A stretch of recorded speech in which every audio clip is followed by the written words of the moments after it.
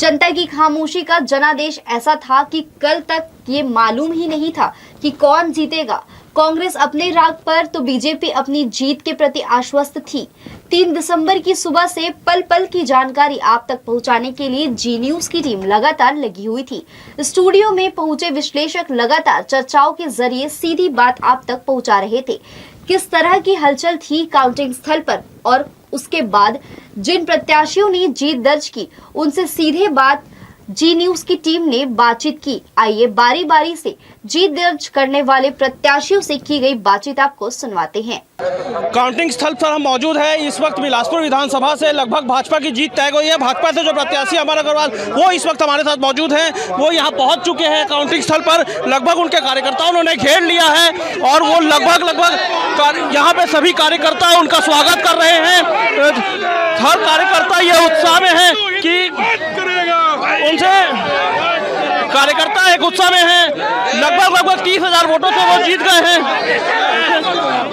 अमर अग्रवाल जी हमारे साथ मौजूद हैं। जी जी अमर जी बिलासपुर की जनता ने एक बार फिर से आपको सामान सौंपा है। बिलासपुर कैसा रहा? मेरा सौभाग्य है कि बिलासपुर की जनता ने मुझे सदैव प्यार दिया। किसी ने भाई समझा, किसी ने बेटा समझा, और ये प्यार मैं कुछ भी बिलासपुर के लिए कर लूं मैं लौटा नहीं पाऊंगा। मेरी कोशिश होगी जितनी ऊंचाई तक जनता ने मुझे पहुंचाया है उससे ऊपर कहीं ऊंचाई बिलासपुर को पहुंचाने का कोशिश करूंगा। मैंने एक वादा किया था, 3 तारीख को नतीजा आएगा, 15 तारीख तक बिलासपुर को अपराध मुक्त करूंगा। आज से बिलासपुर अपराध मुक्त होता है। उनका बेटा, किसी का भाई यहाँ का विधायक है, जनता ने बनाया है। और मैं ये जो आतंकवादी करने वाले लोग हैं उनसे कहना चाहता हूं, आज से सुधर जाओ, नहीं तो तुम्हारा स्थान जहां होना चाहिए वहीं। प्रत्याशी धर्मजीत सिंह जी हमारे साथ मौजूद है। धर्मजीत सिंह जी से बात करेंगे कि किस तरीके से वो तखतपुर के चुनाव को उन्होंने लड़ा है, और क्योंकि अभी वो लीड पर भी है तो ये मान के चल सकते हैं कि तखतपुर में इस बार भाकमल खिलने भी जा रही है। आइए उनसे जानने का प्रयास करते हैं, उनसे बात करते हैं। धर्मजीत सिंह जी, मौजूदा जो काउंटिंग चल रही है उसमें आप अभी बढ़त में हैं तखतपुर से, किस तरह से चुनाव लड़ा और कितनी बढ़त और आप लगता है अब आपको? मैं बहुत ही शांत चित्त से, सामान्य व्यवहार से तखतपुर की जनता का आशीर्वाद मांगने में गया। मुझे इस बात की खुशी है कि तखतपुर की महान जनता ने मुझे अपना प्रथम सेवक होने के लिए आशीर्वाद दिया।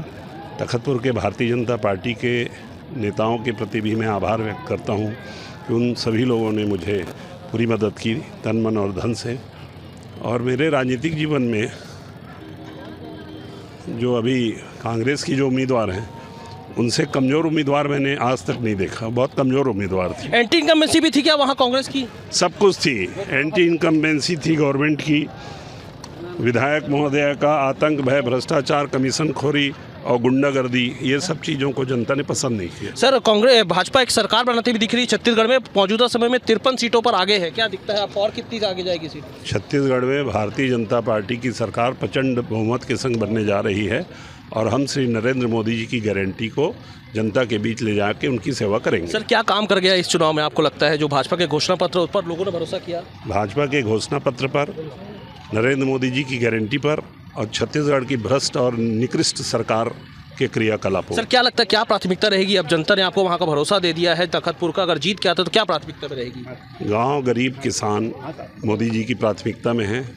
सबका साथ, सबका विकास, सबका विश्वास। अपराध भी एक बड़ा मुद्दा था, वो भी आप वहाँ देखेंगे? तखतपुर में तो गुंडागर्दी का तांडव नृत्य हो रहा था। वहाँ की जनता ने उससे मुक्ति पाने का काम किया है। तो ये थे धर्मजीत सिंह जी जो हमारे साथ मौजूद थे। उनका कहना था कि जो मोदी जी ने गारंटी दी है उसे 100% पूरा किया जाएगा और जो अपराध गढ़ बन गया था छत्तीसगढ़ उसे कहीं ना कहीं तक दूर करने की कोशिश की जाएगी। इस समय कार्यकर्ताओं के साथ धर्मजीत सिंह ये मौजूद है। अब वो जा रहे हैं अब काउंटिंग स्थल पर। मौजूदा समय की बात करें तो तखतपुर से धर्मजीत सिंह जी लगभग 5,000 वोटों से आगे चल रहे हैं। तो उनका वादा है कि जो वादे किए गए हैं उसे पूरा करेंगे और तखतपुर को अपराध मुक्त विधानसभा बनाएंगे। कैमरामैन अमर ध्रुव के साथ आलोक अग्रवाल, जी न्यूज़, बिलासपुर। विधानसभा चुनाव में भाजपा जिस तरह से अब निर्णायक एक तरीके से बढ़त बना रही है, भाजपा सरकार बनाती दिख रही है छत्तीसगढ़ में। इस दौरान हम अगर बात करें तो अभी भाजपा की जो सीटें छत्तीसगढ़ में दिख रही है वो 53 सीट में भाजपा आगे दिख रही है, तो वही कांग्रेस 33 सीटों में। इस वक्त हमारे साथ बेलतरा से जो भाजपा के प्रत्याशी है सुशांत शुक्ला, वो मौजूद है। मौजूदा समय में वो 3000 वोटों से लगभग आगे चल रहे हैं अपने प्रतिद्वंदी विजय केसरवानी से। हमारे साथ विजय खुद सुशांत शुक्ला मौजूद है, उनसे जानने की कोशिश करते हैं कि अब क्या सोच रहे हैं, क्या लगता है, वो क्या ये मानते हैं। सुशांत जी, 3000 वोटों से आप आगे चल रहे हैं, क्या लगता है कितने वोट और आप आगे जाएंगे? और बहुत सामान्य घर का लड़का हूँ और बहुत सामान्य कार्यकर्ता के राजनीतिक जीवन से पार करते यहाँ तक आया हूँ, और जिसको जिताने के लिए जनता ही आतुर हो, ऐसे नेता नरेंद्र मोदी जी के नेतृत्व पर आभार जताते हुए छत्तीसगढ़ की जनता और बेलतरा की जनता के चरणों में अपना मस्तक झुकाता हूँ और आशा रखता हूँ कि बेलतरा ने जो जिम्मेदारी दी है, एक कम उम्र में काम ज़्यादा के आधार पर, उनको काम के आधार पर मैं आश्वस्त करता हूँ कि ये जो छोटा उनका बेटा है, ये बेलतरा का बेटा बन के काम करेगा। शुरुआत में आप कहीं पिछड़ रहे थे, लेकिन अब लगातार गेन हो रहा है, क्या लगता है कितना बढ़ जा सकती है? अगर बेलतरा के भौगोलिक राजनीतिक क्षेत्र का अध्ययन करें तो ये समझ में आता है कि एक दल विशेष का प्रभाव वहाँ रहा है, परंतु आपको बताना चाहता हूँ कि जनता ने पैसे को हराया है पसीने के सामने।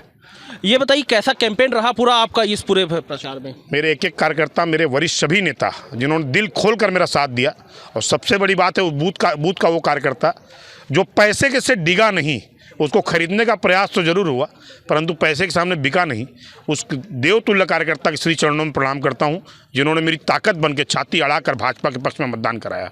क्या आपको लगता है आपकी प्राथमिकता क्या होगी अगर जनता मौका दे देती है इसके बाद? तो प्राथमिकताएं तय नहीं किया हूँ, परंतु पूरी क्षेत्र प्राथमिकता में है, ये मेरी मान्यता है। तो ये थे सुशांत शुक्ला जो बता रहे थे फिलहाल उनकी 3000 की बढ़त है, लेकिन वो आगे जाते जिस तरीके से और अब आगे वो जाएंगे और उनको उम्मीद है कि उनकी बढ़त और बढ़ेगी, और अगर जनता उन्हें मौका देती है तो प्राथमिकता के तौर पर विकास उनका मुद्दा होगा।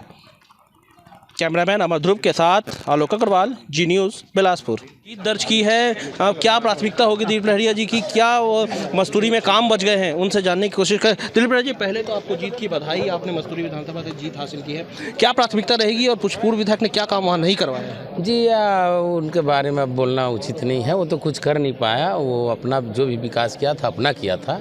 इस बार हम विधानसभा में जो भी मूलभूत सुविधा है क्षेत्र की, वो आवाज़ को हम बुलंद करेंगे, आप जनता की आवाज़ को हम बुलंद करके विकास की गाथा गढ़ेंगे मस्तूरी में। और निश्चित तौर पर हमारे मस्तूरी क्षेत्र के सभी मतदाता भाइयों बहनों एवं हमारे जो कार्यकर्ता हैं, कर्मठ हमारे नेता हैं, जो संगठन के पदाधिकारी हैं, सभी का हम हृदय से आभार व्यक्त करते हैं, कृतज्ञ ज्ञापित करते हैं, धन्यवाद ज्ञापित करते हैं कि ऐतिहासिक वोट जीत दिलाने में पिछले बार भी 13 में हुआ था और इस बार भी 20,088 वोट से जीत हासिल हुआ है।